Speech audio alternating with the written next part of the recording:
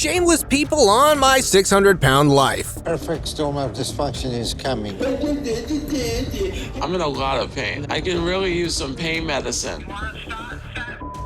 He doesn't want people to know that he's still a junkie, that's why.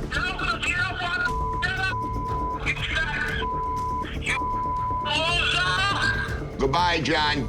Now she has to check my leg every day, and I can't believe it got so bad. This is not the life that I want to live. I never thought that I would end up this way.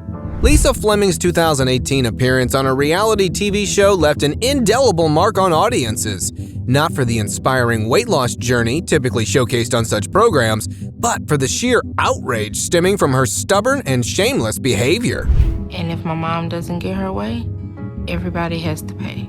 She will fuss, she will curse, she probably would put us out. My regular 3 meals a day plus 3 more.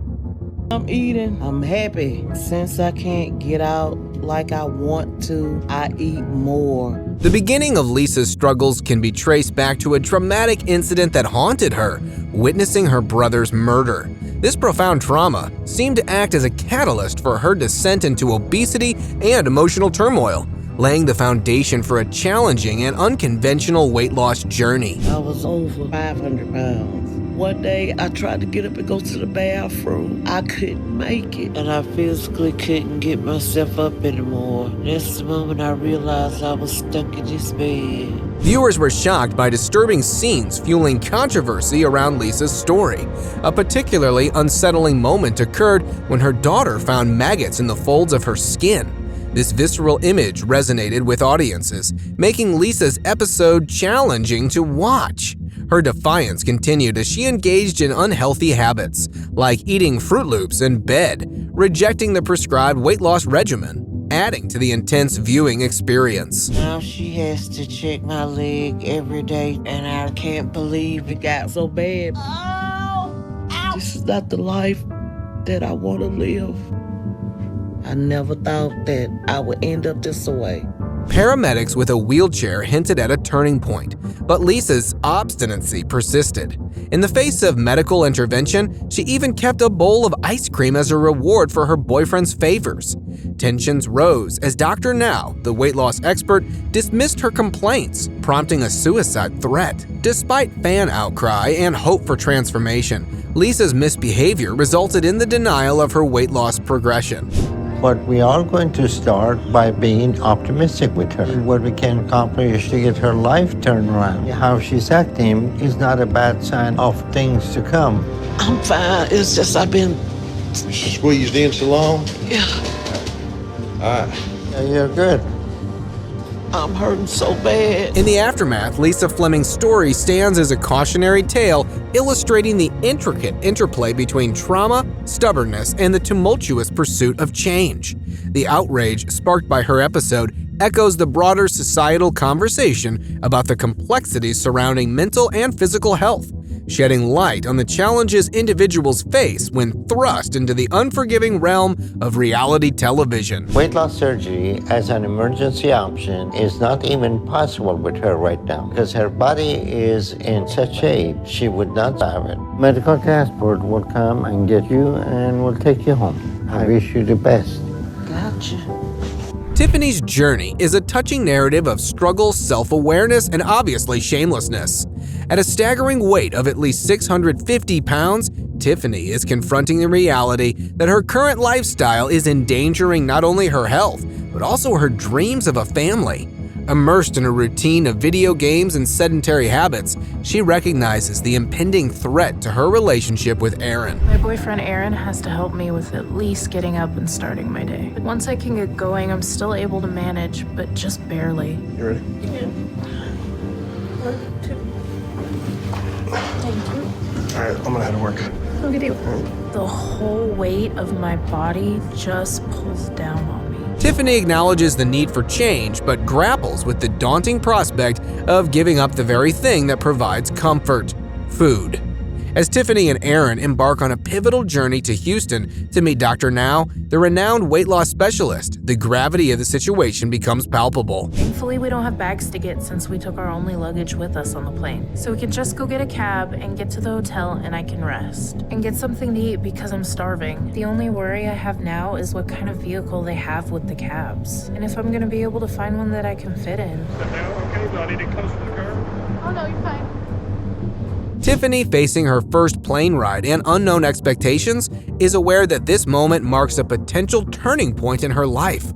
The fear and uncertainty surrounding her weight are evident as she anticipates the scale's verdict. 672 pounds. That put your BMI at almost 112. Normal BMI is 18 to 25, so this is very high BMI. I'm surprised you're still able to get around. I could walk maybe for like 5 minutes. And you get short of breath or tired? Short of breath. Any joint pain? Yes. Dr. Now's diagnosis is important. Tiffany needs to lose 80 pounds in 2 months to qualify for weight loss surgery. The reality of her weight exceeding her initial estimate hits hard, evoking shame and humiliation. However, Dr. Now's strict 1,200-calorie low-carb diet plan offers a glimmer of hope, coupled with the promise of surgery if she can meet the ambitious weight loss goal. You only lost 26 pounds when you should be well under 600 at this point. You're nowhere close to your goal, so I'm not approving you for weight loss surgery. We already moved down here so that it's easier. Moved here doesn't getting surgery at all. However, Dr. Now did a successful surgery. Tiffany's commitment to change is tested during her follow-up appointment. Moving to Houston is a symbol of dedication, but the scale reveals that she fell short of the 80-pound target. The journey ahead for Tiffany is fraught with challenges, and her ability to overcome them will determine not only her physical well-being, but also her pursuit of a healthier, more fulfilling life. You just have to keep trying. It's hard work, but you just have to focus on what you want for you. It felt good to talk about some of that, but I hadn't realized how much my relationship with my father has affected me and how that connects to my eating. Cynthia Wells, an Oklahoma native, entered the spotlight of My 600-Pound Life with a staggering weight of 610 pounds. Her story unfolded as a poignant reflection of the toll extreme obesity had taken on her life. Once I get out the shower, daughter comes in and she'll clean out the back of my legs. My arms are too short to reach. She tries to do everything. She tries not to be lazy. She tries to do a lot, but she can't.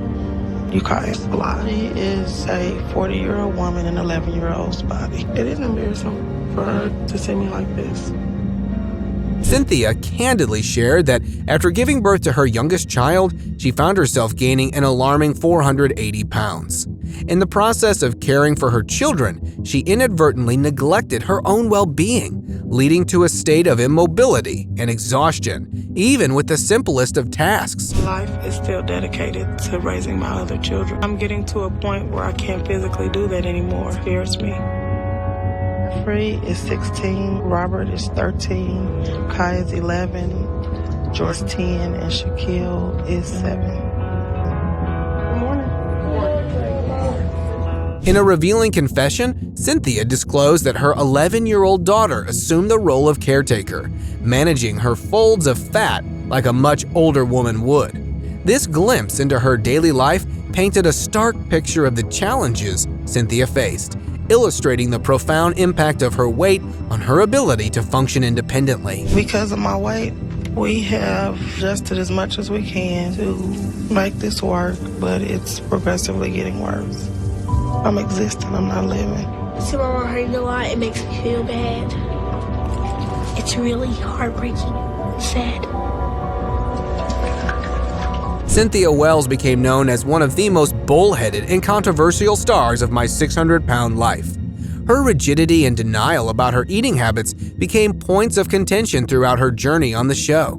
Notably, she openly dismissed Dr. Now's program, referring to it in strong terms, showcasing a defiant stance against the weight loss regimen. Shaquille, you wanna go get something to eat? Yes.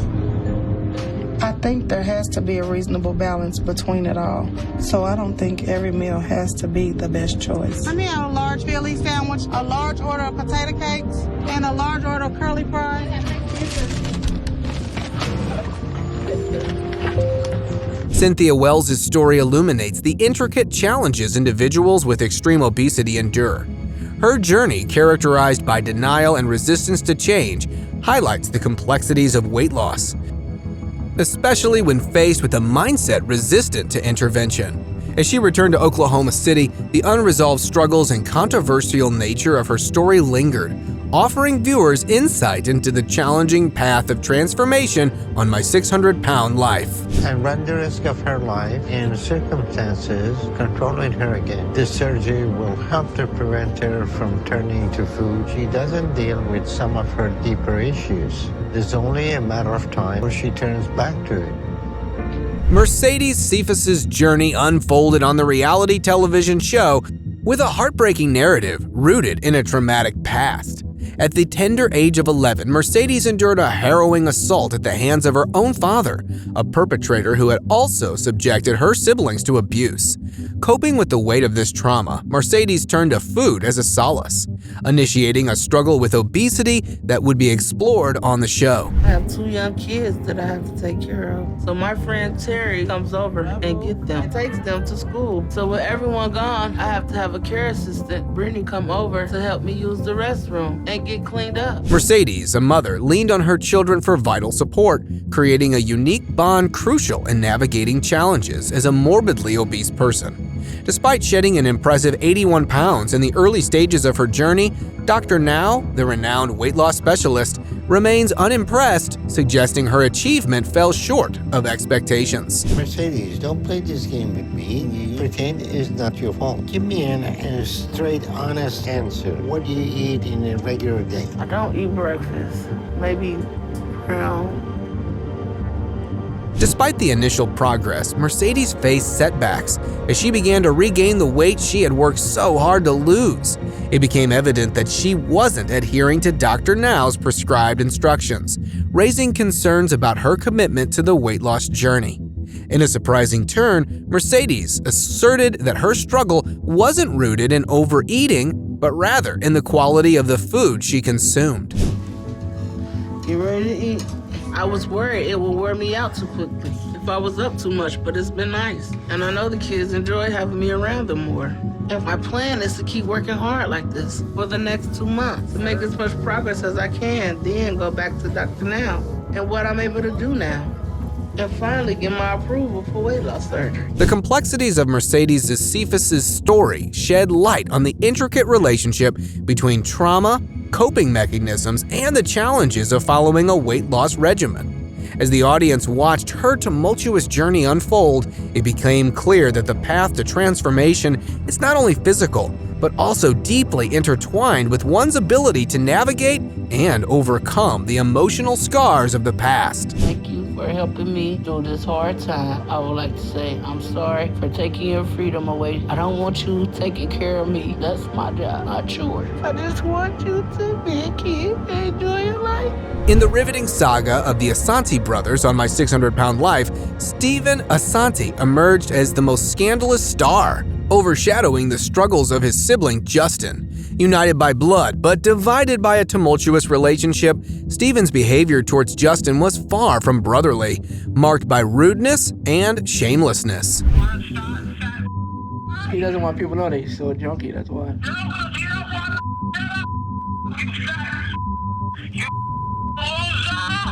Goodbye, John. At the onset of the show, Stephen portrayed a facade of compliance with Dr. Now's prescribed diet. However, it soon became apparent that he was covertly indulging in binge-eating sessions, secretly consuming junk food beneath the watchful eyes of everyone. Stephen suffers from severe psychological issues, so it sounds like a perfect storm of dysfunction is coming. I'm in a lot of pain. I can really use some pain medicine. Stephen's primary tactic was bullying and manipulating those around him, including his own father, to cater to his insatiable needs. His addiction to painkillers added another layer of complexity to his already troublesome behavior. A shocking revelation unfolded when, during Justin's post-surgery healing period, Stephen took advantage of the situation and stole his brother's painkillers. This act of betrayal underscored the depth of Stephen's troubled character. Father brought him over to force me to see him again, but after Stephen left, I noticed my painkillers they sent me home were gone, and he didn't care about what it would do to me, but it showed me he's always gonna go back to his old ways, and I'm not willing to make amends with that person, especially since my father won't even confront him about it. The abusive dynamics between the brothers trace back to their childhood, perpetrating a toxic relationship that plagued the entirety of their lives. Faced with the relentless mistreatment, Justin made the difficult decision to quit the show, despite the urging of his father and Dr. Now to persevere. In a startling turn of events, Justin also accused the show of blackmailing him to continue his weight loss journey. I'm sick of this. Yeah. If my dad tries to force me to go with Stephen, then I'll take matters into my own hands and just leave, even if it means I lose my chance to get Dr. Now's help. But it's not worth it if I have to deal with Stephen.